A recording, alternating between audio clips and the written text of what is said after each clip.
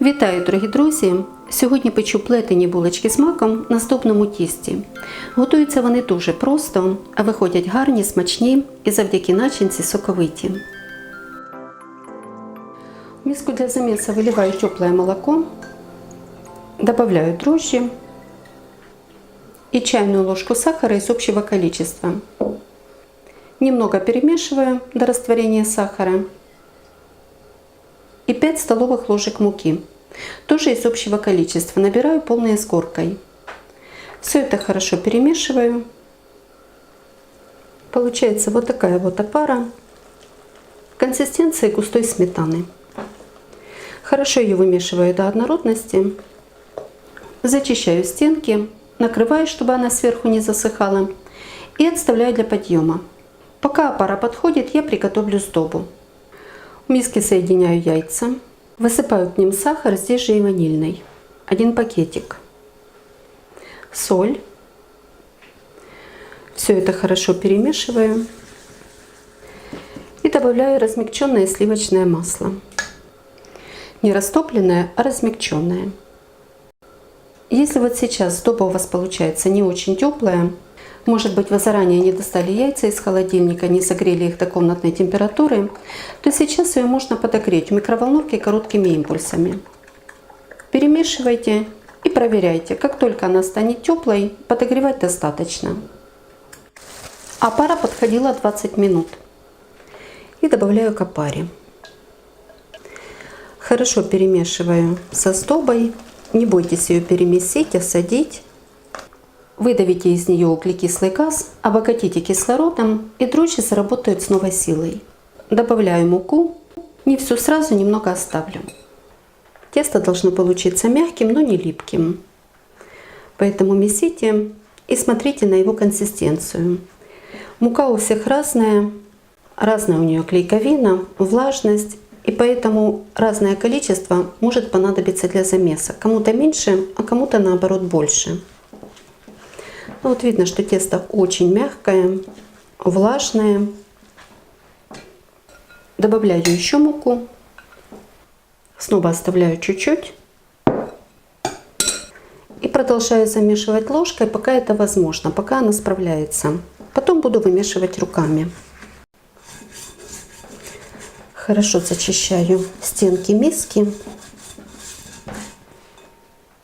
Обливаю столовой ложкой растительного масла.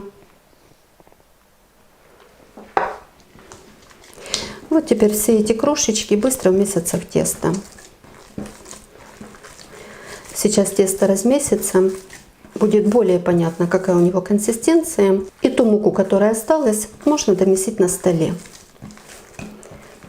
Тесто очень мягкое, приятное. Все, миска чистая. Высыпаю эту муку, просто подпыляю стол и продолжаю вымешивать. У меня было 500 граммов муки.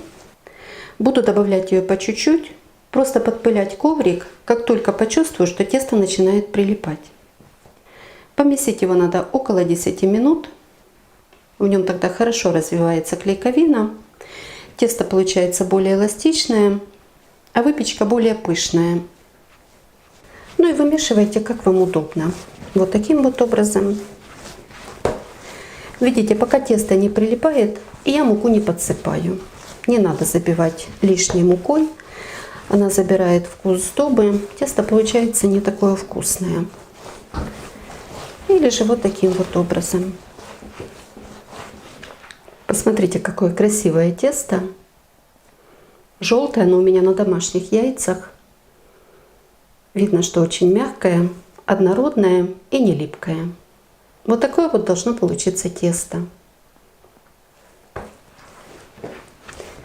Округляю его. Подкатываю в шар. Это для того, чтобы тесто равномерно подходило. Миску смазала растительным маслом. Тесто сверху тоже.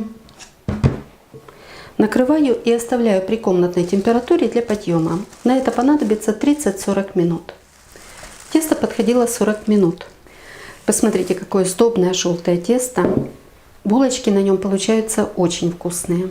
Посмотрите, какое оно нежное. Делаю ему обминку, пузырится. Снова подкатываю в шар, накрываю и оставляю для подъема еще на такое же время. Тесто снова подходило 40 минут. Хорошо поднялось. Можно готовить начинку и делать булочки. Здесь у меня 150 грамм уже подготовленного мака, проваренного и перекрученного.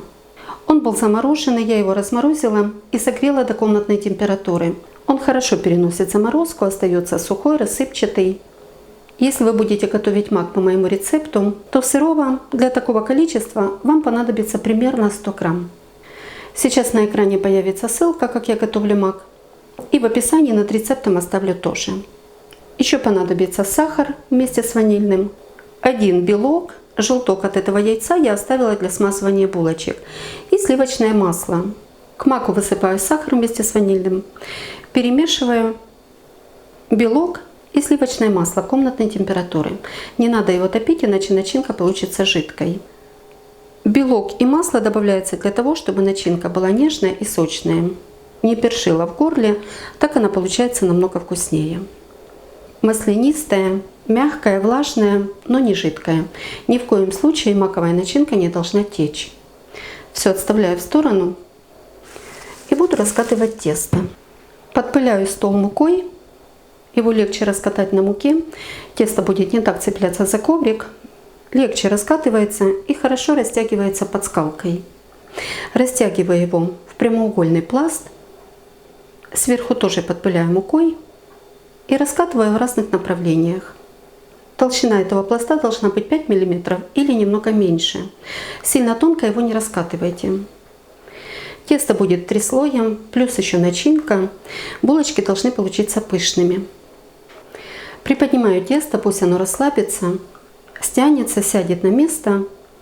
И по надобности, если оно прихватывается к коврику или к скалке, немного подпыляйте мукой. Старайтесь сделать прямоугольный пласт, помогайте себе руками, вытягивайте уголочки, выравнивайте. Тогда вы его легче сложите втрое. Теперь поделите его примерно на глаз на 3 части и на 2/3 нанесите начинку. Начинку раскладываю порциями, чтобы ее легче можно было размазать, и растягиваю ровным слоем по тесту. До краешков не дохожу где-то по 1 сантиметру. Посмотрите, как она себя хорошо ведет. С ней очень легко работать. Но не готовьте начинку заблаговременно. Теперь тесто складываю втрое. Сразу то, которое без начинки. Немного его прижимаю, выдавливаю пузыри воздуха большие. И накрываю вот этим вот. Укладываю его себе на пальцы и вот таким вот образом. Подтягиваю тесто, выравниваю и снова выдавливаю воздух. Теперь его надо уложить так, чтобы с ним удобно было работать. Снова подпыляю коврик совсем чуть-чуть. На эту муку переношу тесто и немного его раскатываю. Середина потолще, значит снова от середины к краешкам. Можно дать ему немного полежать, минутку, расслабиться и еще раз раскатать. Под линейку поделила на 10 булочек и разрезаю скребком. Теперь беру скребок меньшего размера и разрезаю середину. Просто продавливаю. Можно это сделать ножом. Выворачиваю одну сторону и вторую. Если у вас булочки получились покороче, то можно сделать только один переплет. Вывернуть один хвостик. В общем, смотрите по своему тесту. Делайте так, как вам больше понравится. Вот этот вот средний разрез потом немного раскроется. Можно поправить его уже на готовой булочке, разделить тесто или оставить так, как есть. Булочки тоже получатся красивыми. Булочки раскладываю на расстоянии, чтобы они подходили и не слипались, по 5 штук на листик. Накрываю пленкой, сверху можно еще полотенцем и оставляю для подъема. И этот листик первый оставляю на кухне в тепле, а второй выношу в более прохладную комнату, чтобы подходили они по очереди. Подходят они быстро, понадобится 15 или 20 минут. Смазываю их разведенным желтком, аккуратно не надавливая на тесто, чтобы его не осадить. И смазываю по рисунку, по вот этим вот завитушкам.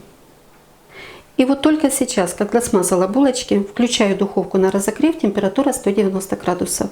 За 10 минут она наберет нужную температуру, смазка на булочках подсохнет и буду выпекать.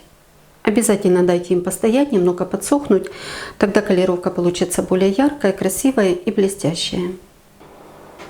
Булочки испеклись, выпекались они 17 минут при температуре 190 градусов, средний уровень духовки, подогрев вверх-вниз без конвекции. И сразу же, как только достала их из духовки, смазываю сиропом. Но это по желанию, потому что после остывания на булочке остается сладкая липкая корочка. Зато он немного проходит во все эти разрезы, пропитывает булочку, и она получается более влажная. После выпечки прошло где-то 3 минуты. Посмотрите, насколько они мягкие, но тоненькая корочка еще присутствует. Если ваша духовка подсушивает, все они пекут по-разному, то после выпечки, если не сиропите, сразу же накройте каким-нибудь тепленьким толстым полотенцем. Ну а если посиропите, то накрывать их уже не надо. От сиропа корочка и так отойдет, станет более мягкой. Ну и давайте покажу, какая булочка на разломе. Она еще немного теплая. Начинки здесь достаточно. Булочки легкие, просто невесомые. Мягкие, воздушные. Тесто, несмотря на то, что булочка переплеталась и что в ней много начинки, остается пышным, воздушным. И, как я уже говорила, благодаря сиропу булочка получается влажная. Кто любит сладкую выпечку, эти булочки как раз для вас.